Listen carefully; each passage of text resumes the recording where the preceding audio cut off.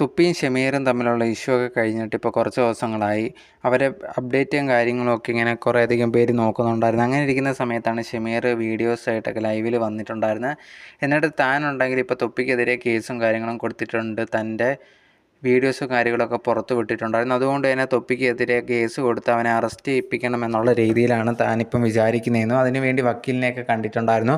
അതിൻ്റെ ഭാഗമായിട്ട് മുമ്പോട്ട് പോയ സമയത്താണ് ഇപ്പം ലേറ്റസ്റ്റായിട്ട് ന്യൂസും കാര്യങ്ങളൊക്കെ വന്നിട്ടുണ്ടായിരുന്നു. തൊപ്പിക്കെതിരെ കേസും ഒക്കെ വന്നിട്ടുണ്ട് എന്നുള്ളത്. അത് ഞാനിപ്പോൾ നിയമപരമായിട്ട് മുമ്പോട്ട് പോയോണ്ടാണ്. പിന്നെ തൊപ്പി എനിക്കെതിരെ ഉണ്ടെങ്കിൽ ഒരു വീഡിയോ ആയിട്ട് വന്നിട്ടുണ്ടായിരുന്നു. നേരത്തെ കണക്ക് ഞാൻ ലഹരി ഉപയോഗിച്ചിട്ടില്ല എന്നുള്ളത് ടെസ്റ്റ് ചെയ്തിട്ട് കാണിക്കണം എന്നുള്ളത്. ഞാനിപ്പോൾ ഉണ്ടെങ്കിൽ ടെസ്റ്റ് ചെയ്തിട്ടുണ്ട്. അതിൻ്റെ റിസൾട്ട് നിങ്ങൾക്ക് കാണിച്ചു തരാം എന്ന് പറഞ്ഞിട്ട് കുറേയധികം ടെസ്റ്റ് അതിൽ താൻ ഉപയോഗിച്ചിട്ടില്ല എന്നുള്ളതൊക്കെ പറയുന്നുണ്ട്. അതിനുശേഷം തൊപ്പിയെ പറ്റി പറയുന്നൊരു കാര്യം എന്ന് പറഞ്ഞാൽ തൊപ്പിയെടുത്ത് ഞാൻ തിരിച്ചു പറഞ്ഞിട്ടുണ്ടായിരുന്നു നീ വന്ന് ടെസ്റ്റ് ചെയ്യണം എന്നുള്ളൊരു കാര്യം. പക്ഷേ തൊപ്പി ഇപ്പോൾ കാണാനോ എങ്ങുമില്ല. അവൻ എവിടെ പോയെന്ന് ഇവിടെ ആർക്കും അറിയത്തില്ല. കുറേ നാളായിട്ട് മിസ്സിംഗ് ആണ്. ഇവൻ തന്നെയാണ് എൻ്റെ യൂട്യൂബ് ചാനലുണ്ടെങ്കിൽ അടിച്ച് കളഞ്ഞിട്ടുണ്ടായിരുന്നത്.